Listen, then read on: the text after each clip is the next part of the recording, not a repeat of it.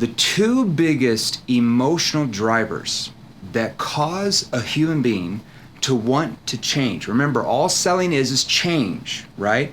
So the two biggest emotional drivers that causes your prospect or a human being to want to change are actually right here. Hey guys, Jeremy Miner here. Look, a lot of you leave comments wanting me to help you sell more. So the easiest way to get a hold of me, the quickest way, is to text me. So text me right now. It's 480-637-2944. So 480-637-2944. Listen, I started this company to help you learn how to close more deals, but do it the right way. Text me right now. Let's get back to the training video. Pain, okay, let me write this down here. Pain and the fear of future pain, okay? Or it could be the fear of continuous pain or the fear of future pain. So let's say if you sold like final expense insurance, it was like funeral insurance.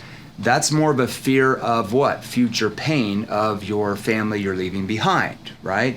However, if I can help them, even in that situation, feel pain of maybe a relative who passed away in the past, as an example, and they didn't have coverage, they can feel someone else's pain and then have that fear that that could happen to them if they don't change, purchase what you're offering. I'm just giving you a random industry-specific example. So a lot of people say that the two biggest emotional drivers are pain and pleasure. Pleasure is a distant third. The two things that causes your prospects to want to change are pain and the fear of continuous and future pain. That this could keep going on, or it could happen in the future. Like, let's say if you're selling cybersecurity, that there could be future pain if they don't do anything to protect themselves, okay? So I just really want to clarify that with you. Now, that matches into something I heard Tony Robbins say one time, and I like to take it actually a step further than what he said. In order to persuade at the highest level, to influence, to sell, this is important that you write this down.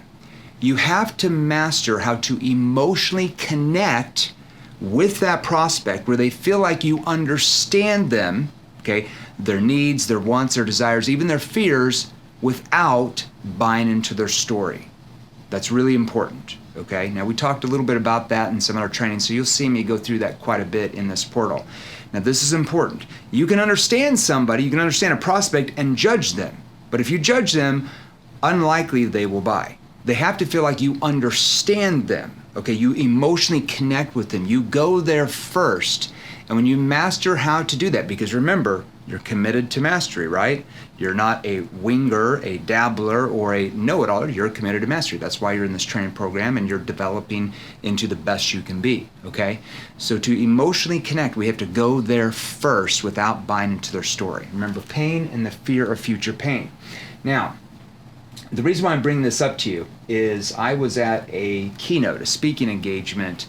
I remember this was probably about maybe 6-7 months ago. And a lady came up to me, and after she's like, I love your presentation. This was amazing. I'm actually one of your new clients. I'm in such and such. I think she said she was in our n.e.p.q 3.0 program or something. It's our mid-level program. And she said, I just have a really hard time with asking some of these questions because I feel bad when I'm bringing out their pain. And I'm like, well, the problem with that concept is if you can't help the prospect relive their pain of their current situation and their past history and then have a fear of future pain, the problem for the prospect is they will feel no need to change. And when they feel no need to change, that's why you get tons of objections, and that's why they don't buy from you. So in reality, I asked her, who are you actually hurting by not helping them relive their pain and have a fear of future pain? You're actually hurting the prospect because now they don't feel a need to change. And now their problems stay the same and nothing ever changes for them. I think that was like a revelation in her mind. Then she took off and started crushing it, okay? So always remember, selling is not something you do to people. Remember, selling something you do what? For people. And doing this for them helps them want to change, okay? That's the important part here.